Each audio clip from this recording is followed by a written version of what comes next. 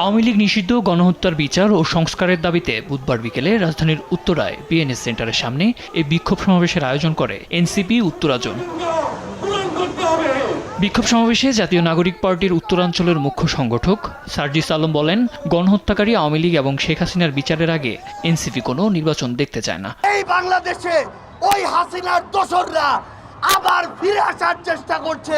সেই খুনির বিচার হওয়া পর্যন্ত এই বাংলাদেশে কিভাবে আমরা নির্বাচনের কথা বলতে পারি? আর এনসিপির কেন্দ্রীয় যুগ্ম আহ্বায়ক সারোয়ার তুষার বলেন, নতুন করে কেউ স্বৈরাচারী আচরণ করলে তাকে সরাতে 15 মাসও সময় লাগবে না। যারাই আপনারা স্বৈরাচার হওয়ার চেষ্টা করবেন, যারাই আপনাদের ফ্যাসিবাদের হওয়ার চেষ্টা করবেন, আপনাদের পতন ঘটানোর জন্য 15 বছর আর লাগবে না।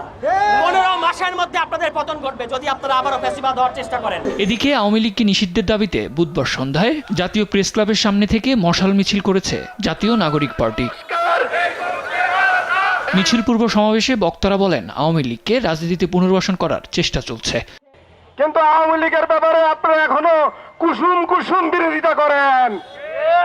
আপনারা এখনো নিয়ে আওয়ামী লীগ নিষিদ্ধের বিপক্ষে অবস্থান নিচ্ছেন। দিল্লির প্রেসক্রিপশনে চলা এই ধরনের কোন দল আমরা সাধারণ ছাত্র জনতা মেনে নিব না।